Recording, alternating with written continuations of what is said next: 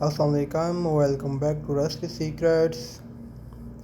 Guys, आज की इस वीडियो में आप लोगों के साथ बीफ पाया बनाने की यूनिक रेसिपी शेयर करूंगा, जो कि बनाना नहायत आसान है।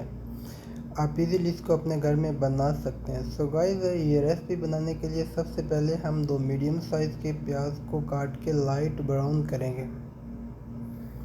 सो गाइस, लाइट ब्राउन करने के बाद हम इसमें अदरक, लहसुन और हरी मिर्च का पेस्ट ऐड कर देंगे। और ये पेस्ट ऐड करने के बाद हम 2 से 3 मिनट मीडियम फ्लेम पे इसकी भुनाई करेंगे। उसके बाद हम टमाटो का पेस्ट इसमें ऐड करेंगे। पहले हमने टमाटो का पेस्ट जो तैयार करके रखा था, इसमें हमने 4 टमाटर ऐड किए थे।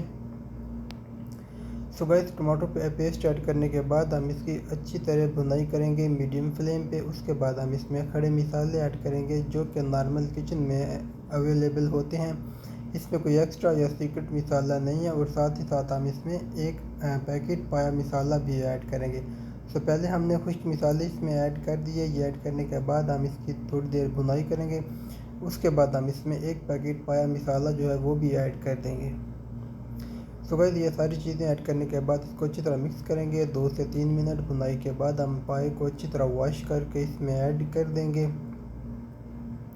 सो गाइस, पाया को ऐड करने के बाद हम इसको अच्छी तरह मिक्स करेंगे और मीडियम फ्लेम पे कम से कम 15 से 20 मिनट हम इसकी भुनाई करेंगे।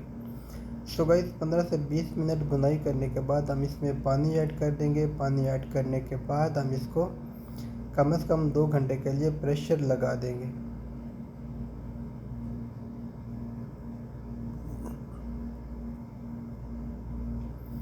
सो गाइस, 2 घंटे प्रेशर लगाने के बाद हमारा जो पाया है ये अच्छी तरह टेंडर हो चुका। उसके बाद हम इसकी मीडियम फ्लेम पे अच्छी तरह भुनाई कर लेंगे।